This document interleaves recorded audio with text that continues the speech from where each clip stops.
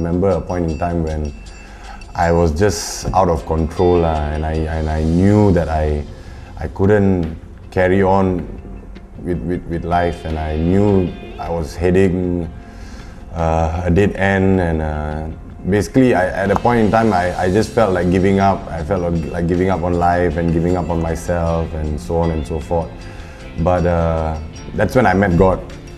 When I got to know him, he already been through a lot of hard time in his childhood. He went to Singapore and studied all by himself and came back not a complete family that he's staying with and all. I guess it's not so much a principle, and it's not so much me holding on to a motto or a slogan, but I honestly, the only way I can put it is that God took hold of me, and ever since then it's always been about remembering and trusting God and realizing that no matter what happens, God is in control, because I know I'm not.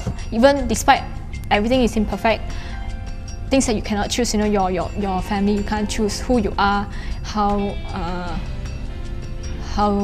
your mom want to be or your dad want to be and all. You can't choose. I know I've had too many experiences in the past to come to terms with that reality that there are just too many things just out of my hands and out of my control. And despite all this, he is he's living a really good life, choosing choosing the right decision and not giving himself a chance to have the right to be bad, to be really going what the world tell him to do. So I guess what I'm trying to say is that the only person I cling on to is God, and He's pulled me through everything, and He's brought me out of just a lot of nonsense that I was involved in, and nothing happens by coincidence. And especially now, in this relationship that I have with God, I know that everything that I've been through, good and especially bad, it's not just part of life, and it's not just something that it just happens to people. And I know everything has a purpose and everything has a plan, and I have this deep conviction that especially the painful things that I've been through is to bring encouragement and healing to people who may have gone through something similar. When I got to know him more, and then got to know that he's really a person who will go all the way to do what is right. So what drives me to in a sense do more is the knowledge that there are a lot of people out there who have had it far worse than I have, I'm sure. And a lot of people out there who may have things that maybe not as bad, but they can relate. And I want to let people know that if God can do this for me, then God can do this for them. He's a man that dreams a lot. For me, it's dreaming lah. For him, it's not dreaming, It's gonna come to, it's gonna be fact. It's gonna be, this is not dream. It's like I'm gonna make it come to pass.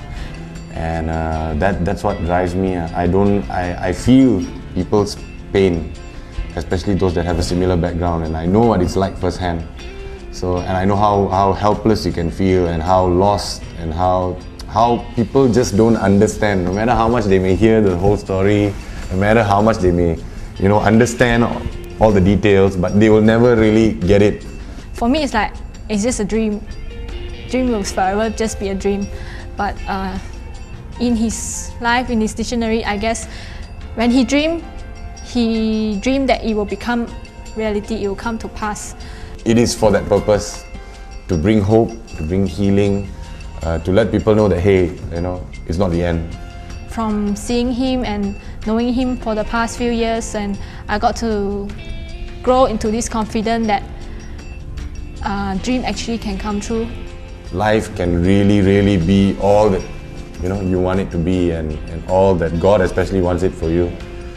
So I think that's what drives me. There was a point in my life after my parents got divorced and remarried on both sides that I was involved in things that were way over my head, and simply put, in retrospect now, especially things are clearer, and I was a victim of sexual abuse and statutory rape. And so it was a very confusing, very guilt-stricken, very emotionally, devastating kind of time. And so that's when life really took a drastic turn for me in terms of all aspects, with regards to my academics, with regards to, just me being me. I just lost myself, my self-esteem, my confidence, my ability to even think straight. And it was during that time that I met God. I was invited to this Christian concert, and to cut the long story short, that's when I accepted Jesus Christ as my personal Lord and Savior. And ever since then, things really took a drastic turn. And I think he's a very generous person.